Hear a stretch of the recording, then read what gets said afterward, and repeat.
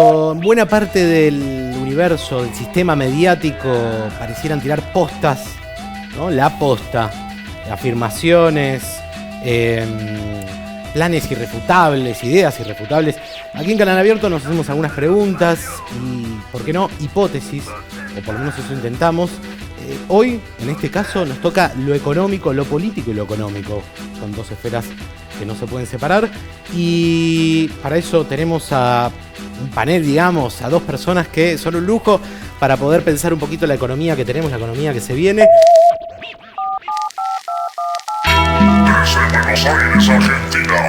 Uno es Claudio Lozano, él es economista, presidente del Partido Unidad Popular y coordinador del Instituto de Pensamiento y Políticas Públicas. Gracias, Claudio, por acompañarnos. No, gracias por invitarme. Y Claudio Katz, él es economista, investigador, docente universitario e integrante de Economistas de Izquierda. Gracias, Claudio. Un gusto. Bien, voy a tratar de llamarlos por el apellido, Claudios, porque puede que sea un poco confuso para quien esté escuchando esta conversación. A ver, la hipótesis que pensábamos, como el formato hipótesis, intentamos plantear alguna idea bastante general y ponerla en común con ustedes, es que más que modelos económicos opuestos en esta elección, ¿sí?, y en lo que puede llegar a venir en la Argentina, es más que modelos económicos opuestos, acá pensábamos, digamos, en esta elección lo que pareciera estar en juego son niveles, grados de un programa económico o de un modelo económico, ¿sí? Quizás no menores, esos grados, esos niveles, pero bueno, a ver qué opinan ustedes. ¿Es así? ¿Hay solo un modelo a nivel macro que está en juego y se juegan nomás o elegimos entre niveles, grados de ajuste, de recorte? ¿Cómo lo llamarían? ¿Quién quiere? Sí, comparto plenamente el planteo, digamos. Estamos en un escenario donde confrontan diferentes variantes del ajuste, por decirlo de alguna manera, de una lógica que viene primando en la Argentina hace tiempo y que sigue además sumergiéndonos como nos sumerge, ¿no? Uno sí puede establecer grados, un esquema es el del gobierno, que practica un ajuste de la mano del acuerdo con el fondo, que intenta presentar como una suerte de ajuste gradual, pero el gradualismo tiene como contrapartida lo que vamos a saber el próximo jueves, que son niveles de pobreza que se van a ubicar en torno al 41% para el semestre, pero que si vamos a lo que es el segundo trimestre y lo que es el momento actual, estamos entre el 42 y el 43% de la población debajo de la línea de pobreza, ¿no? Así que lo de gradual es siempre relativo. Pero enfrente aparecen otras opciones, el caso de Patricia Bullrich con el tema de Melconian, que en la práctica supone plantear una devaluación de no menos del 100% y consecuentemente un impacto salarial o de ingresos muy relevante, y por otro lado lo que sería el esquema Milei, que ya tiene otros componentes, más allá de la licuación salarial que tiene implícita y de recitar, digamos, el catecismo de los mercados y el ajuste. La hipótesis el planteo de la dolarización tiene por detrás una suerte de llevar adelante una estrategia que destroce herramientas del Estado y de la sociedad argentina para, de alguna manera, dar vuelta atrás un escenario de esa naturaleza, ¿no? Porque la dolarización, más allá del primer paso, que implicaría devaluación, licuación salarial, endeudamiento, supone después la pérdida de herramientas de política económica, ¿no? La moneda, política fiscal, política cambiaria, política monetaria, o sea, destruir instrumentos o herramientas que podrían hacer otra cosa. En ese marco, la verdad es que el escenario futuro es un escenario, por un lado, de creciente ilegalidad para los planteos populares y de ajuste. Y en algunos casos con amenazas explícitas de contenido represivo que aparecen en el discurso de Patricia Bullrich con claridad y que aparecen no solo en los planteos de Milei, sino en toda la cofradía de partícipes del proceso genocidio y de la dictadura en el caso de Milei. Sí, mira, estamos en un modelo de ajuste desde hace muchos años. Fíjate que ahora estamos con la desocupación más baja desde el 2016 y la pobreza más alta de los últimos 20 años. Y el instrumento de ajuste es la inflación, 12%, 15% de alimentos, que no es por gasto público, es un mecanismo ya de confiscación de los ingresos populares que está establecido, estructurado y funcionando. Y en este marco hay tres variantes para desenvolver este ajuste. Está la variante de Bullrich, que primero supone naturalizarlo, no hay otra cosa. Después de todo lo que sufrimos, sufrir más, porque ese es el único curso posible, y si lo seguimos, en algún momento lloverán las inversiones que prometía Macri, y el derrame, ya sabemos que no viene ni una ni otra cosa con el modelo neoliberal, pero yo creo que muy centrados en la prioridad ahora del ataque a los trabajadores y la reforma laboral. Fíjate que ellos están mirando bien esta reforma de Grecia, 13 horas de trabajo, sin indemnización, precarización absoluta del trabajo, y en un modelo de ajustar, ajustar y ajustar. Está la variante Milei, que es otra variante de superajuste con dos falacias. La falacia de la motosierra, se hará el ajuste liquidando el gasto público, a la casta, el costo político, y para el resto de la población nada. Es un absurdo, él dice que va a cortar el 5 o el 15%, ese gasto, como mucho es el 0,3, 0,4, 0,5, no tiene ningún sentido. La promesa absurda de la dolarización, que ganaremos en dólares, ganaremos $10 claro. Con ese, que es aplastar el salario y, como ya sabemos, expropiar a los sectores medios, porque una dolarización sin dólares simplemente conduce a la hiperinflación y a una devastación de la economía. En Milei no hay que mirar las extravagancias. No hay que mirar cuando dice que va a privatizar las calles, que va a vender los órganos. Hay que mirar la estrategia de ajuste muy precisa que él concibe. Y el tercer jugador, que es el gobierno, que es el que ha implementado con una retórica de redistribución estos recortes durante estos años, ahora a 2 meses de las elecciones súbitamente se despertó, y modificaciones que han sido, que están en las reivindicaciones populares, en los anhelos populares: bajar el impuesto a las ganancias, reducir el IVA a los alimentos, beneficios a los monotributistas, pero en el caso del gobierno es como una improvisación, una aventura, porque no dice, primero, cómo lo va a sostener, ya que al mismo tiempo que concede eso, permite la inflación que licúa lo mismo que se concede. No dice cómo lo va a financiar, no hay impuestos progresivos para sostenerlo, y si lo hace con emisión, ya los efectos estarían a la vista. Por lo tanto, 3 variantes de un ajuste de distinto tipo. De hecho, perdón, pero la modificación de ganancias, si bien no tiene un cariz interesante porque el salario no es ganancia, digamos, es menos recaudación para una arca pública que, digamos... Sí, no solo ese es el problema, sino que también es cierto que con el tema de que el salario no es ganancia, se confunde lo que es el sentido de ese impuesto, que es un impuesto a los altos ingresos. En realidad lo de ganancias es... Tiene un espíritu progresivo. Sí. En realidad, cuando vos te fijás las medidas tomadas por el gobierno, que están en el orden del 1% total del producto, como mucho, prácticamente la mitad o más de la mitad tiene que ver con haber eliminado impuestos a las ganancias para 800.000 trabajadores, sobre una clase trabajadora de 19 millones.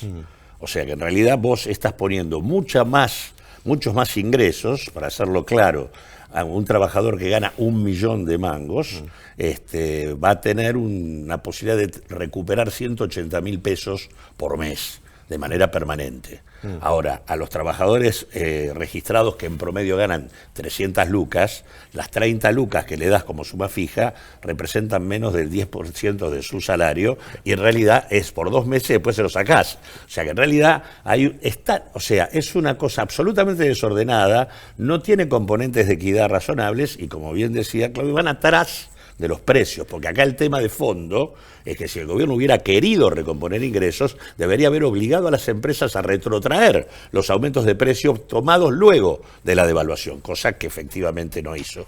Pero a mí me parece interesante destacar 2 cuestiones. Una, respecto al tema Milei. Cuando Milei dice que va a gastar, que va a recortar el 15% del producto, en realidad el gasto total del Estado es el 22% del producto. Por lo tanto, estaría recortando el 70%.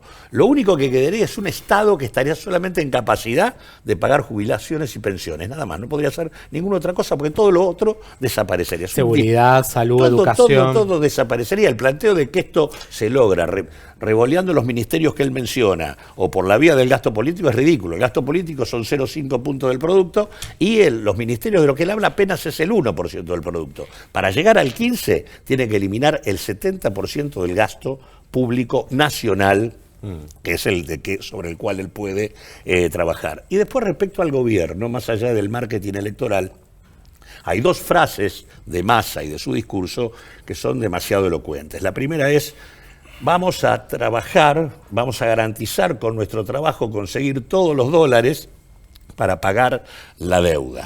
Eso en realidad es casi el discurso de Nicolás Avellaneda a finales del siglo XIX, es decir, con el hambre y la sed de los argentinos vamos a pagar, ¿no? Y por otro lado, cuando él dice, soy el cambio posible, es decir, asume una orientación y en todo caso lo que propone es gobernabilidad, porque lo que está acá por detrás es un modelo que ajuste tras ajuste se ha venido consolidando en la Argentina, que es un modelo pagador de deuda, exportador de recursos primarios, promotor de profundas desigualdades y con un fuerte impacto negativo en términos ambientales. Esa es la Argentina que se va consolidando desde hace 50 años en nuestro país, más allá de interrupciones populares o intentos de compensación y demás, pero que es lo que queda de alguna manera y lo que ninguno discute. Claro. De lo que está presente hoy como oferta electoral. Yo recuerdo en 2019 en este estudio, Claudio Katz me decía que la elección que se acercaba tenía un carácter extorsivo, ¿sí? Por la deuda que nos estaba dejando Mauricio Macri con el FMI. Pareciera que no cambia mucho, ¿no? Me tomo del análisis que hace Lozano. No, sí, exactamente. Estamos de nuevo en lo mismo. Además, fíjate que hay como una tregua con el FMI. El FMI ha dicho, bueno, muy bien, hagan lo que hagan, total en 2 meses yo discuto con el ganador y vuelvo a poner orden. Claro. Incluso ya está enviando mensajes de que prepara una andanada fuerte para el que venga. Perdón, Claudio, puesto menor habrá dicho el FMI, totalmente, ¿no? Quien sea presidente, puesto menor. Mientras tanto, estos 2 meses, diviértanse como quieran, yo los dejo, después vengo yo, y obviamente nadie está discutiendo ese punto clave, que ojo que esta vez no es solamente el pago de una deuda que es un fraude, que sirvió para fugar capital, que es impagable, no es solo eso. Estamos comenzando a ver los efectos más estratégicos, que es la apropiación de nuestros recursos naturales por el mecanismo de la deuda. Claro. Y el caso testigo es lo de YPF ahora. Lo de YPF es sintomático porque es lo que se viene. El fallo, decís. El fallo, acordate que de nuevo un grupo de fondos buitres compraron una deuda ahí que estaba en litigio, que la vendió un grupo nacional, fueron a Nueva York, hablaron con una jueza amiga, ahora ya se sabe el nivel de corrupción escandaloso que existe en Estados Unidos entre jueces y fondos buitres. Esta jueza le dio todo lo que pedían, fechas, canje, dijo Argentina tiene que pagar 16.000 millones de dólares, lo ponen ahí y obviamente el gobierno hace lo que hace siempre el gobierno, lo mismo que con el FMI, nada, espera. Pero es un caso testigo de lo que ellos están pensando para todo lo demás. Para el litio, para los recursos minerales, para las vías navegables. Es decir, utilizar eso como mecanismo donde ya no solo haya primarización, regresión productiva, sino pérdida total de nuestra soberanía.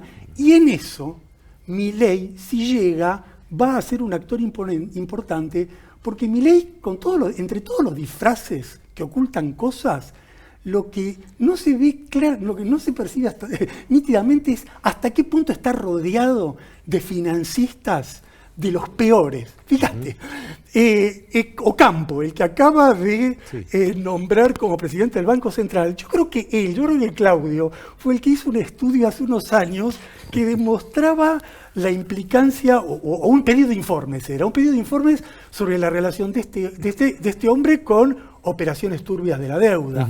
Pero lo mismo vale para Marra. El canje 2010. Canje 2010. De una consultora, Arcadia, que fue la que operó el canje, a partir del 2008, cuando nadie de nosotros discutía el canje, operaba vendiendo los bonos a precio de remate para que luego tuvieran una ganancia del 80% en dólares. Ese muchacho, gran amigo de Vudú, fue el que llevó adelante esa operación. Ese muchacho es el que propone, además, ahora, la dolarización que él propone es creando un fondo internacional donde la garantía de ese fondo serían los fondos de sustentabilidad del ANSES. O sea, las jubilaciones pasarían a ser la garantía de un fondo en Luxemburgo, sin garantía de Argentina, sin garantía de la Reserva Federal, sin garantía de nada.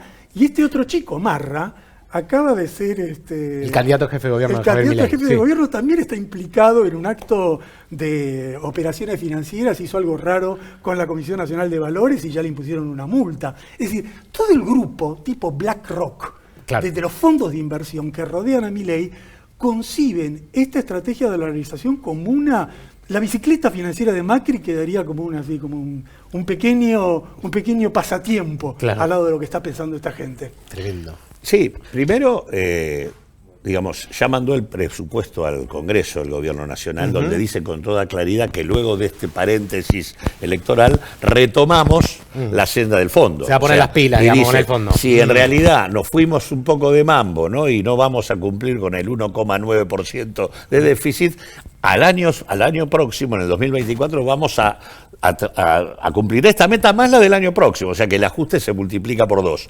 O sea que en ese sentido no hay un cambio de rumbo, lo dicen explícitamente, ¿no? Más allá de que el presupuesto, como todo en este escenario de la Argentina, es una farsa, porque bueno, tiene un 70% de inflación, nadie sabe por qué, pero no importa. Pero después me parece que es importante el tema este que menciona Claudio, porque a diferencia del caso de Patricia Bullrich con Melconian, y a diferencia del caso de la experiencia de Unión por la Patria, cuyo el anclaje de Massa, como el anclaje de la Fundación Mediterránea, son grupos de poder económico local, dominantemente. El caso de Milei es distinto. Milei tiene un anclaje que está fuera de acá. Y esto no me parece un tema menor, es un anclaje digamos, ligado a grupos petroleros importantes de los Estados Unidos. Hay una fundación, que es la Fundación Atlas, que en realidad es la que financia las operaciones de la Fundación Libertad acá, y de otras más que acompañan a Milei. Ahí juega el financiamiento de BlackRock, el vínculo de Marra con IRSA, digamos, Eduardo Constantini, digamos, el sector inmobiliario financiero acá aparece con vínculos también con Milei. Es claramente una operatoria distinta y me parece que tiene mucho que ver con el tema de aprovechar al máximo el conjunto de negocios que la Argentina ofrece hoy al mundo por la disponibilidad de recursos que efectivamente tiene. O sea que en ese sentido, cuando Campo arma el tema del fondo, en realidad lo que pone allí es vaca muerta, lo que pone allí es el litio, lo que pone allí son todos los recursos que Argentina puede ofrendar para que actúen como garantía. Pone también los títulos de deuda que tiene el Banco Central del Tesoro y que los va a transformar en títulos a muy bajo precio para que sean comprados y se transformen en deuda del Tesoro, y con eso la capacidad de apriete sería aún mayor todavía. Pero además imagino que de conseguir esos dólares, si se fugaron las del FMI durante el macrismo, me imagino que una liberalización incluso mayor del mercado financiero se va a ir en 2 segundos. Digo, pero más allá de esa consulta, yo lo que les quería preguntar es, en caso de una dolarización, ¿ustedes hicieron cálculo de cuánto sería ese cambio? Tomándole más o menos razonable el planteo, ¿hay una idea de a cuánto se iría el dólar? Es que resulta... ¿A cuánto sería el peso, quizás? Mejor dicho. Hay cálculos de los más distintos, porque como no tenés los dólares para hacer esa operación, cuál sería el nivel de respaldo que tiene que tener, no se sabe. Lo único seguro es que desataría... Vos tenés pocos dólares para sostenerlo y tenés muchos pesos para absorber. Entonces, lo único claro es que desataría una hiperinflación descontrolada. Y por eso yo creo que también hay una resistencia del establishment, hay como una mirada cauta del establishment respecto a los efectos de esto, sobre todo en el plano político, que es en el fondo lo que subyace en esto, ¿no? Porque el proyecto de Bullrich o el proyecto de Milei esencialmente solo pueden comenzar, solo pueden andar si llevan adelante una ofensiva muy fuerte contra las conquistas democráticas, y un proyecto represivo fuerte. O sea, el punto de partida antes de la economía es el uso de la fuerza para doblegar al movimiento popular. Después viene todo lo demás. El tipo de cambio tendría que estar entre 3.000 y 5.000 si vos tuvieras entre 16.000 y 40.000 millones de dólares de deuda. Que no tenemos, No, digamos, no, claramente. no. Por eso, tendrían que llegar 16. Tomando entre 16 y 40.000 millones de dólares de deuda, de acuerdo a si tomás más o tomás menos, tendrías que tener un tipo de cambio entre 3.000 y 5.000 mangos. Con lo cual la licuación salarial sería monumental. Y respecto al tema de la preocupación del poder económico, que se ha dado cuenta que validó el surgimiento de una criatura que le complica la vida, ¿no? Está el detalle de quién fuera el partener de Milei, el que lo financió prácticamente hasta acá, que fue el grupo Ornequian. Casualmente lo que hay ahora es una distancia creciente de Ornequian respecto a Milei. Le ha dado órdenes a su propia tropa del grupo empresario a tomar distancia, y el propio Milei ha salido a plantear que en realidad su distancia con Ornequian es porque él ha cuestionado tal o cual contrato. Lo que digo es claramente una mirada de recelo por parte del poder económico. En realidad, lo interesante de estas elecciones, que en mi opinión implican el agotamiento de un ciclo político, que es el ciclo político que comenzó en el 2001, es que la gente pateó el tablero. Del mismo modo que se pateó en el 2001, lo pateó con un nivel de rechazo a la oferta electoral significativo y con un voto bronca que nadie esperaba que tuviera las características que tuvo.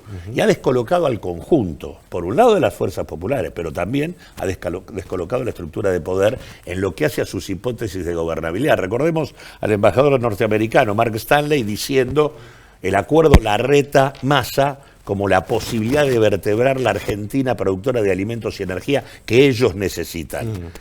Bueno, esto quedó destrozado por la propia elección. Así que bueno, en este sentido me parece que está planteado el tema. ¿Vos sentís igual que hubo un cierre, hay un cierre del ciclo? Sí, evidentemente hay una reconfiguración general del escenario político. El dato clave es la crisis del peronismo.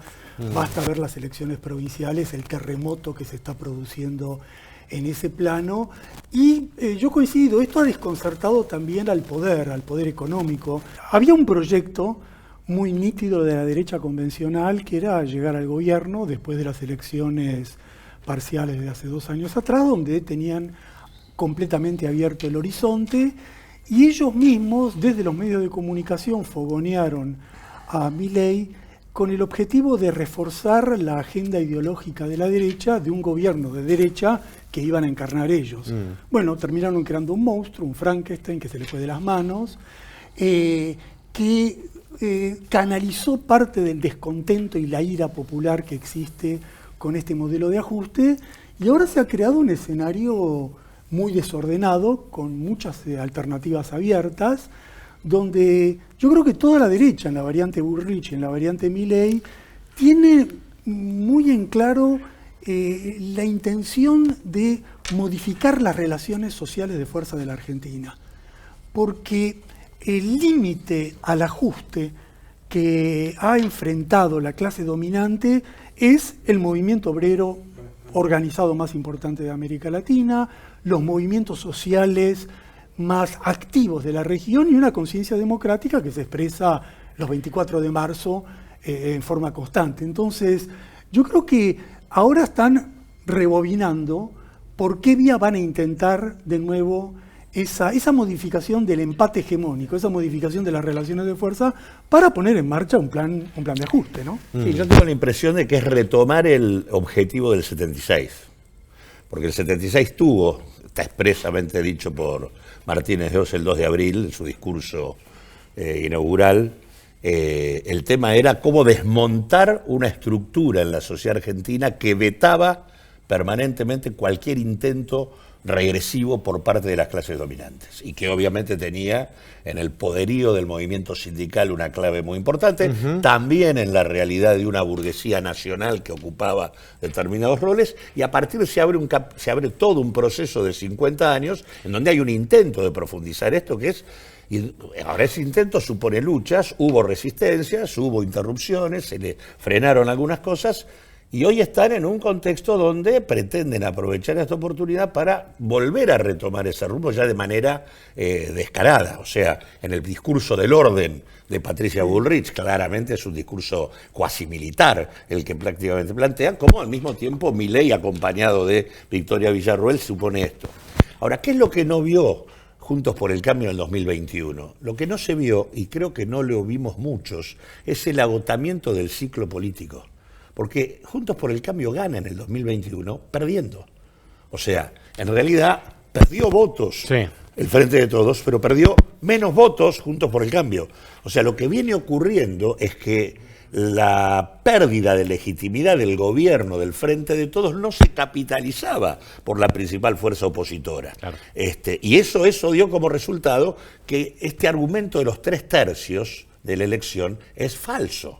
No hay 3/3, hay 4/4, porque en realidad el rechazo a la oferta electoral, si uno suma ausentismo, voto en blanco y nulo, en realidad es casi tan relevante como los votos de Patricia Bullrich, de Massa y de Milei. Hay una demanda, una búsqueda. En realidad el pueblo argentino no compró la oferta electoral tal cual está, y me parece que esa es una reflexión muy importante para las fuerzas populares de cara a lo que viene, porque lo que viene, sea como fuere, no viene bien, no viene bien. Acá hay una discusión respecto al mal menor en la Argentina, ¿no? Entonces uno puede elegir cuál es el mal menor. Ahora, cuando uno elige el mal menor, elige el mal también. Claro. Sí. La novedad es que ahora hay una derecha no convencional con intentos no convencionales. Conocemos Bullrich, cuyo proyecto es Jujuy, cuyo proyecto es la represión, disparos a los ojos de los manifestantes, autos sin identificación, represión, y con un paquete de leyes al Congreso consensuado de ajuste. Pero apareció esta variante más sistémica, diría, más sistémica, ¿no? Más tradicional, más esperada, más convencional.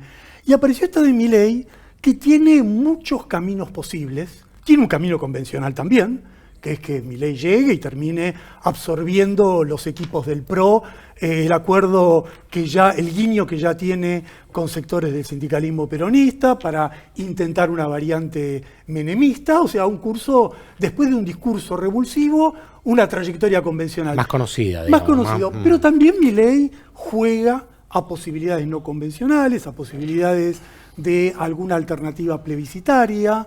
Yo creo que lo importante quizás sería notar que es una expresión de la corriente mundial y latinoamericana de la ultraderecha, pero con bases por ahora más frágiles que la de otros países. Y pongamos atención a esto, porque Milei no tiene el aparato militar y los evangelistas de Bolsonaro, Milei no tiene esa base de clase media, de herencia pinochetista de Kast en Chile, Milei no tiene esa base del uribismo en Colombia. Milei es una creación muy reciente, sumamente improvisada y con muchas tensiones con su propio electorado. ¿Viste las encuestas? Que los propios votantes... Que están a favor de la educación pública, la salud pública. Y eso a veces explica también los virajes que tiene Milei. Incluso en contra del FMI, perdón, exacto, ¿no? Digamos, muy loco eso. No, hay gente que dice que lo vota a Milei y al mismo tiempo vos le planteas algo de lo que Milei dice. Bueno, pero eso lo vemos después. O no lo va a hacer. Lo que hay acá es una canalización del rechazo. Igualmente me parece importante situar que el tema... a mí la verdad que la categoría de derecha ya no me alcanza para pensar lo que hoy ocurre, ¿no? Me parece que hay derecha en las tres opciones. Hay un orden conservador que se va configurando y donde hay distintas variantes del sostenimiento de ese orden conservador, porque vos lo tenés hace pocos días el argumento de, la convocatoria de Massa a Morales. Sí, mi querido Gerardo Morales, ¿no? Mi querido Morales, sí, es el mismo Morales que describía con precisión Claudio Katz, y al mismo tiempo, el vicegobernador de Jujuy es del Frente Renovador. Entonces, me parece que acá estamos a las puertas de un realineamiento político muy potente. Creo que hay que ver que hay una demanda de una alternativa diferente en la Argentina, y creo que hay que poner en el activo el hecho de que la Argentina ha demostrado una y otra vez una capacidad de resistencia formidable y un nivel de desarrollo del movimiento popular que realmente hay que ponerlo como un dato, porque creo que sí, es muy frágil lo de Milei, también es frágil lo de Patricia Bullrich, también es frágil. aunque va cobrando otra cosa. Ahora, mirá cómo será el realineamiento político, que ya Juntos por el Cambio, con las elecciones que se han dado, estaría ya teniendo control sobre 10 provincias y podría quedarse con 11 en tanto y en cuanto gane Entre Ríos. O sea, prácticamente ha desaparecido ya la idea esa de la Liga de Gobernadores peronistas. En realidad, ya el mapa político de la Argentina está totalmente modificado. Ahora les consulto, estamos haciendo un análisis y digamos viendo las alternativas, me están planteando las no tan diferentes alternativas que tenemos en esta elección como posibles ganadores. Pero más allá de economistas, de investigadores, de académicos, ustedes son militantes populares y militantes políticos. Digamos, por ahí me interesaría ver cuál sería una alternativa, una salida, porque muchas veces se habla de planes de estabilización que son muy ortodoxos, ¿no? Ajuste, recorte salarial, enfriamiento de la economía. ¿Qué alternativa, no sé, heterodoxa, por izquierda, se le puede plantear, ofrecer, o podemos empezar a pensar no sé, lo inmediato o no tan inmediato para la Argentina? Mira, yo plantearía dos temas. Primero, en el plano político, dentro de toda la gama de derecha, ultraderecha, superderecha, quizás un orientador sea la actitud de cada uno de esos personajes frente a las conquistas democráticas de la Argentina. Porque recordemos que después de 40 años del fin de la dictadura, el país está destruido en el plano económico-social, pero hemos logrado conquistas en el plano democrático muy significativas que están vivas hoy. Sí. Entonces, yo creo que la distinción entre los distintos personajes que van a llegar, que pueden llegar al balotaje, no está, como hemos discutido en detalle aquí, en el modelo exacto de ajuste, pero sí yo veo diferencias en la pretensión específica de introducir una agresión premeditada, definida, bien estructurada, de destrucción de las organizaciones obreras, de ataque a las conquistas populares. Dicho esto, y ya yendo a la alternativa... Perdón, Claudio, no, te retomo eso porque me parece interesante. Lo que estás planteando es que, si no entendí mal, dentro de las tres alternativas, la que de alguna manera se salvaría, por lo menos en esos términos, en términos políticos, en términos de la violencia retórica o política contra esas conquistas, sería la de Sergio Massa. Sí, ¿O me equivoco? No te equivocas. Yo establezco una diferencia. Los tres son de derecha, primero, para que no haya... Massa es un hombre... La trayectoria de Massa, te digo que su trayectoria personal es más turbia que la de los otros. Es un hombre que ha estado vinculado históricamente a la embajada norteamericana y a los grupos más derechistas de Miami, de la Florida. Así que no es en la trayectoria, es en la configuración política en la cual... En cómo está condicionado. En cómo está condicionado cada uno. Y yo ahí sí veo una diferencia porque podemos acusar de todo al Frente de Todos y al gobierno, pero no sería válido acusarlo de tener un plan de represión contra el pueblo como sí lo tiene Milei y como sí lo tiene Bullrich. La composición política de Unión por la Patria no permite eso. Claro. Es un poco lo que estaba planteando Claudio Katz. Ahora sí, perdón, ibas al otro planteo sobre una alternativa. El otro tema es el tema de la opción económica. Mira, desde el punto de vista de una opción económica podemos discutir lo que sea, pero si no hay un replanteo de la deuda no tiene sentido ninguna discusión. Simplemente porque no hay soberanía básica para llevar adelante esa propuesta. Entonces, uno puede recitar, queremos hacer esto, redistribuir el ingreso, aumentarlo. El punto de arranque es que no puedes hacer nada si no tenés la autoridad, si tenés ahí un custodio al cual le tenés que preguntar si lo tenés que hacer, que es el Fondo Monetario. Entonces el replanteo de la deuda es el punto de arranque para todo lo demás, y yo creo que es decisivo acá retomar la conciencia sobre ese problema. Hay como un clima donde ya el tema de la deuda está instalado, es así, lo tenemos que renegociar, ya es un hecho, y esa naturalización es muy peligrosa. Porque no es que la deuda está y no pasa nada, la deuda está y nos destruye todos los días. Y hay que romper con esa idea que si nosotros replanteamos la deuda quedamos fuera del mundo. Lo que vamos a quedar es en el piso del mundo si seguimos con esta actitud. Y lo que yo creo que la Argentina tiene que tomar conciencia de las enormes posibilidades que tiene como país en la configuración actual del mundo para hacer un replanteo de la deuda. Lo comentábamos el otro día.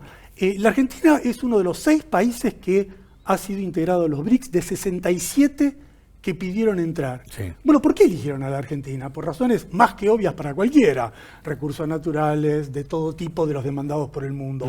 Un país que tiene esa capacidad no puede tener, está incapacitado para tener otra actitud frente a la deuda. Hay como un neoliberalismo, una forma de colonialismo ideológico que se ha impuesto. Nos deprimen. Exacto. Porque en definitiva pareciera que Argentina es un paísito y no es un paísito, a eso te Exacto. referís. Sí. No solo que no lo es, sino que creo que es un país clave en América Latina y que la disputa que existe por parte de los Estados Unidos intentando evitar lo que ya ocurre, que es la capacidad permanente de incidencia de China sobre la región y en particular sobre la Argentina, me parece que es algo que, si existiera una estrategia inteligente que se afirmara en intereses, en ideas soberanas, con políticas de defender el interés del conjunto de la sociedad, Argentina tiene muchas condiciones para plantear otra cosa, que obviamente empiezan por replantear el tema del endeudamiento, que creo que eso es clave.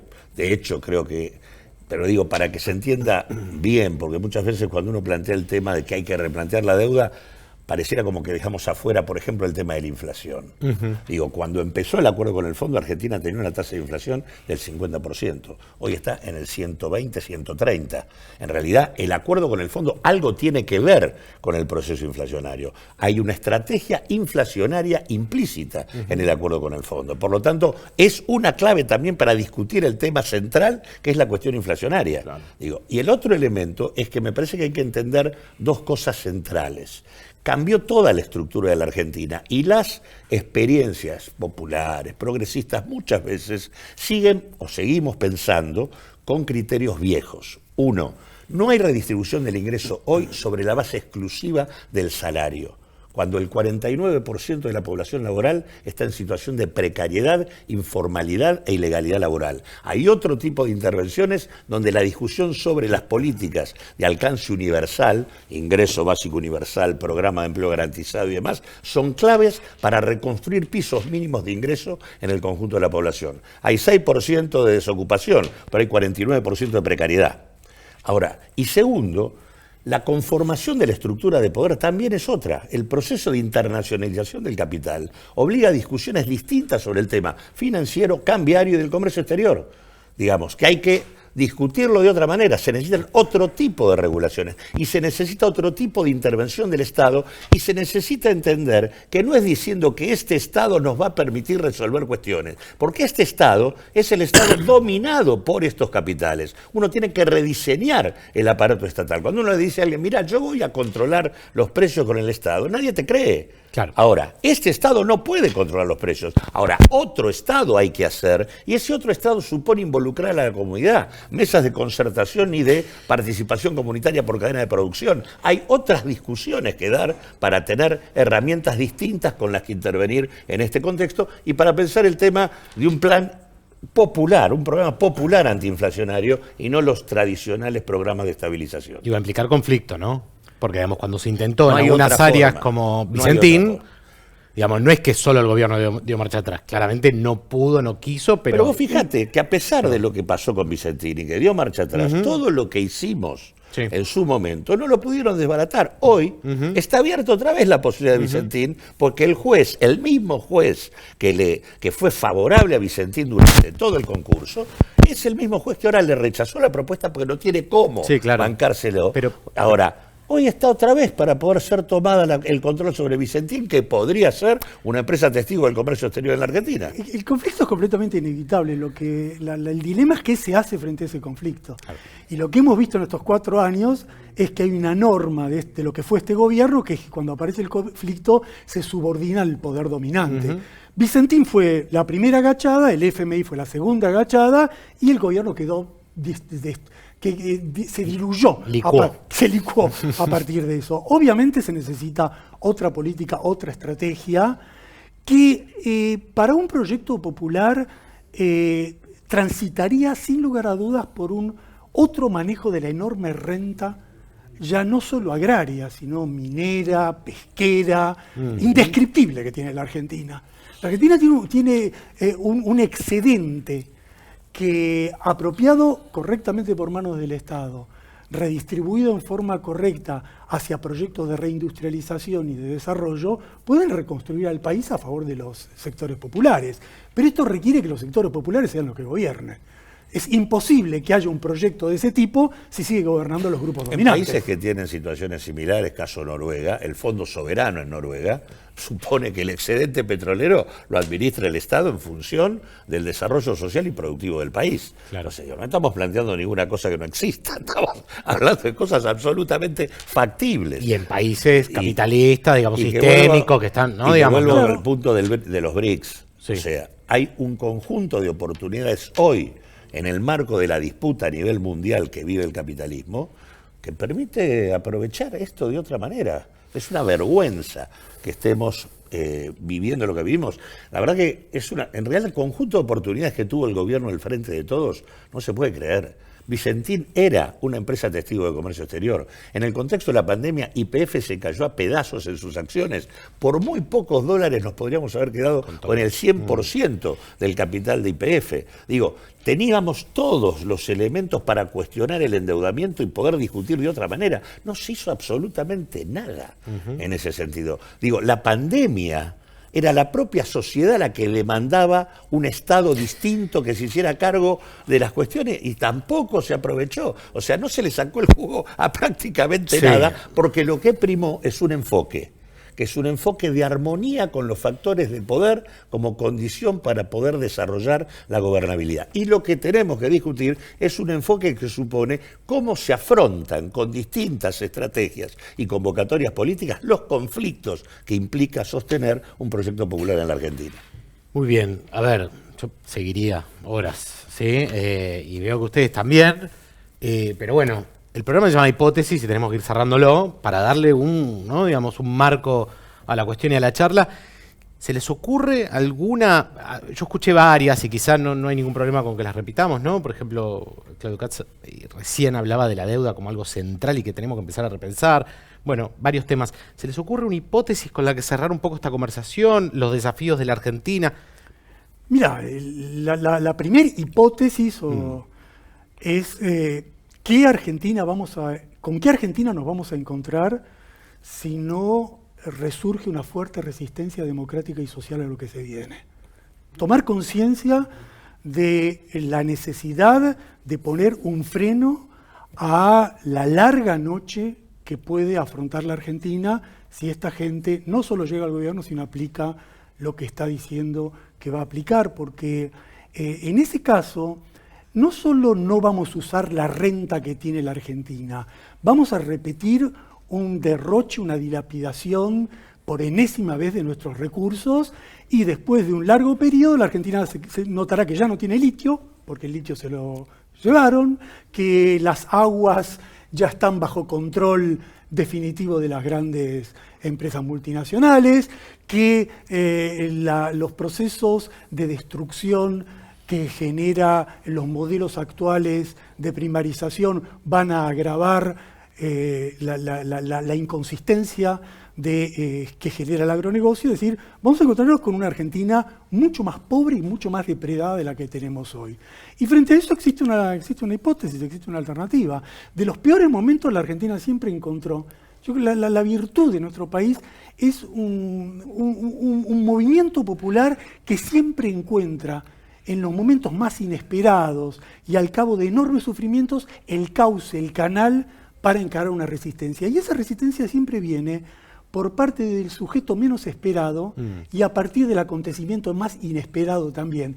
Yo confío que eso va a volver a suceder por la historia argentina, por lo que vemos de nuestros compañeros, y por esa vía iremos reconstruyendo un programa popular, un programa de replanteo de la deuda, un programa de utilización productiva de la renta y un programa de redistribución del ingreso. Bien, una hipótesis optimista, esperemos más temprano que tarde, ¿no? Digamos, se resuelva, si es que es así. ¿Vos, Claudio Lozano? Sí, en realidad primero me parece que el primer paso es tratar de evitar que las variantes más regresivas, tanto Bullrich como Milei, tengan la posibilidad de gobernar la Argentina. Bien. Es un paso indispensable. Si eso no se da, el escenario va a ser mucho más complicado. Segundo, me parece que lo que hay que asumir desde el conjunto de las fuerzas, del amplio espectro de las fuerzas populares, que no hemos logrado en el 2023 tener una propuesta nacional, popular y democrática que electoralmente dispute la Argentina. Y que esa es la tarea pendiente. Y me parece que, más allá de lo que termine ocurriendo, esa es la discusión central que viene. Gane quien gane, la discusión es esa. Es cómo somos capaces de gestar una fuerza política que haga posible garantizar una perspectiva popular en la Argentina. Porque nosotros sí hemos demostrado como país una capacidad de veto permanente y una capacidad de recuperación frente a lo peor que ha puesto sobre el escenario político los sectores dominantes de nuestro país, que ha sido el componente genocida directamente. Argentina siempre se ha recuperado, pero tenemos mucha capacidad de veto, pero mucha dificultad para consolidar una propuesta de futuro. Me parece que ese es el debate central que tenemos las fuerzas populares en la Argentina. Muy bien.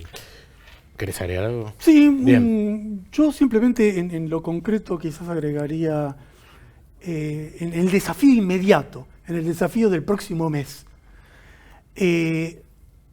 o de los próximos 2 meses. Hay una prioridad, como dice Claudio muy bien, que es frenar un gobierno de derecha. Eso es una prioridad que estará en curso ahora y eventualmente en el balotaje. Pero también tenemos que ser conscientes que hay una batalla en el Congreso, hay una batalla de los legisladores, porque vamos a tener un Congreso muy derechizado, vamos a tener un Congreso con programas de ajuste que van a tener más número que en los anteriores.